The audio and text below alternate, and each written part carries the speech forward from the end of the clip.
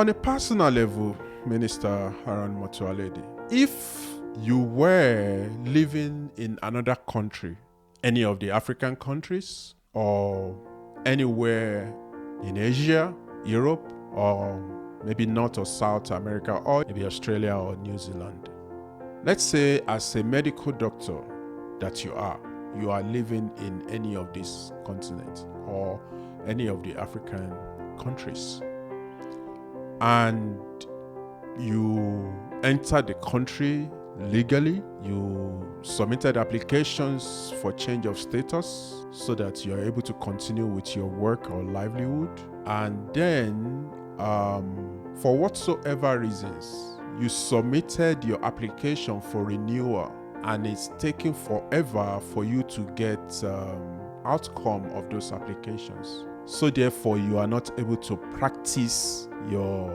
profession, being a doctor. You can't travel to attend conferences or trainings outside the country of your residence.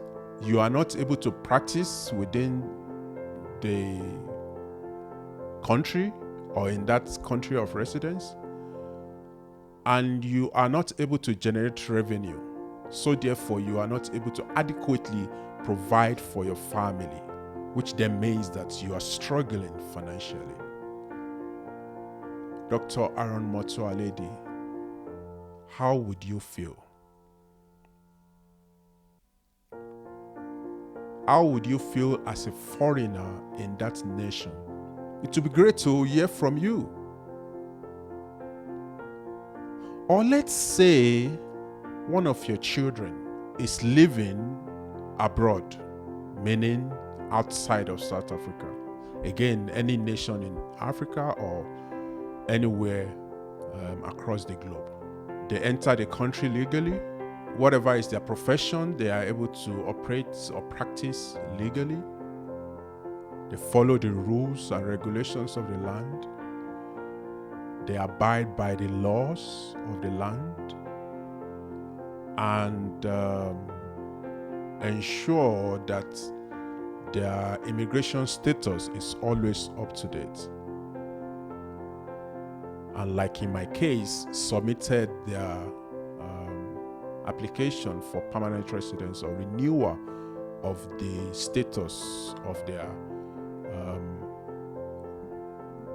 immigration status, application for change of their immigration status or renewal, as it were. And your child has been waiting for the outcome of the application. And because of the delays by the department that is responsible for the renewal of the application or applications, are not responding. No substantial feedback, nothing tangible. He or she is in the dark. Because of that, they are not able to work or do business or practice, and they are struggling. They can't get out of the country or that country, because when they do, they will not be allowed to go back. And this child of yours has lived, again, abide by the rules and regulation of the land and laws of the land, and has lived in that country for almost 2 decades, meaning they've built life and livelihood in that land, and they are struggling in every thinkable way. This is your child that I'm talking about, Dr. Motsoaledi. How would you feel as a father that has a child abroad? How would you feel knowing your child to be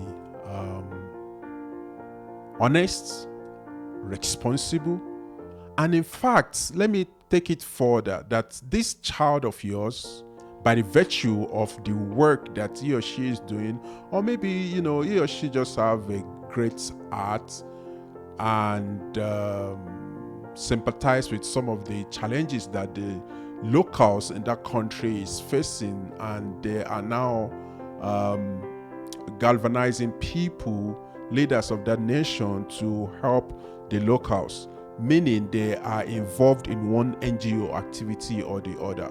They have invested their life and livelihood in others, yet they are being tagged a criminal or illegal.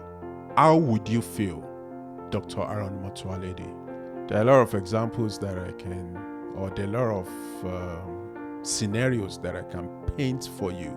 But I would love to hear from you how you would feel if it is you that is found in the picture that I just painted, or your child.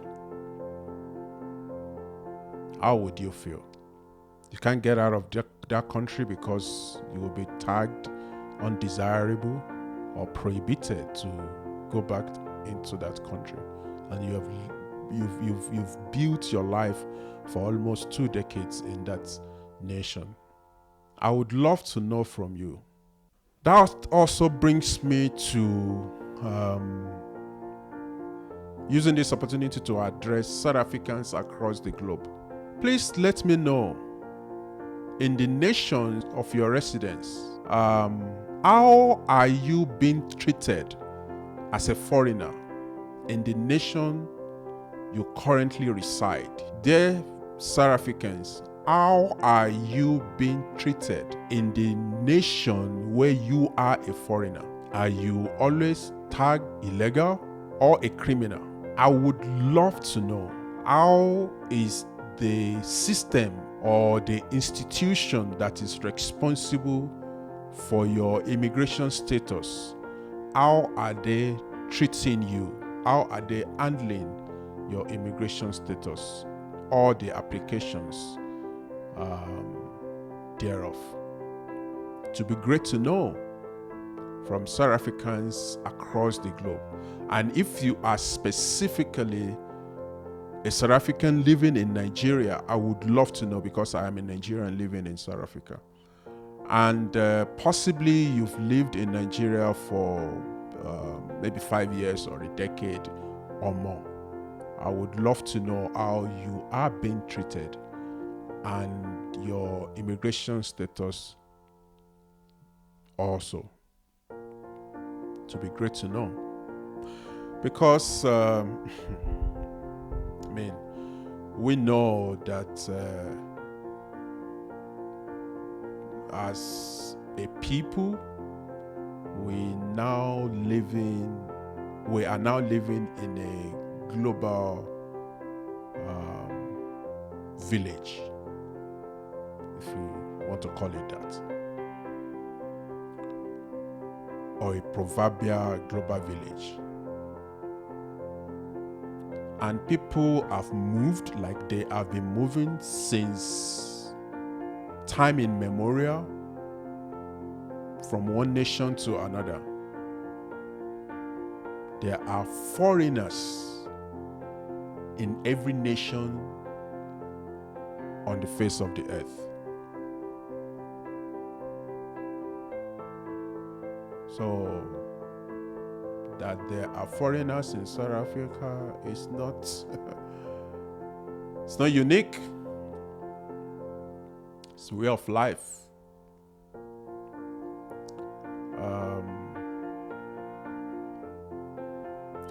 I'll leave this video here for today, and I hope that I hear from the officials of the South African Home Affairs Department, starting from the Honorable Minister Dr. Aaron Motsoaledi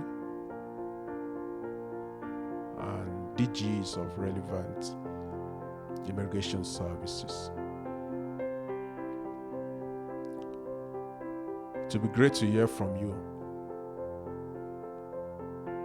Why the communication channels are so porous, why there is no substantial feedback in relation to submitted applications. It would be great to hear from you.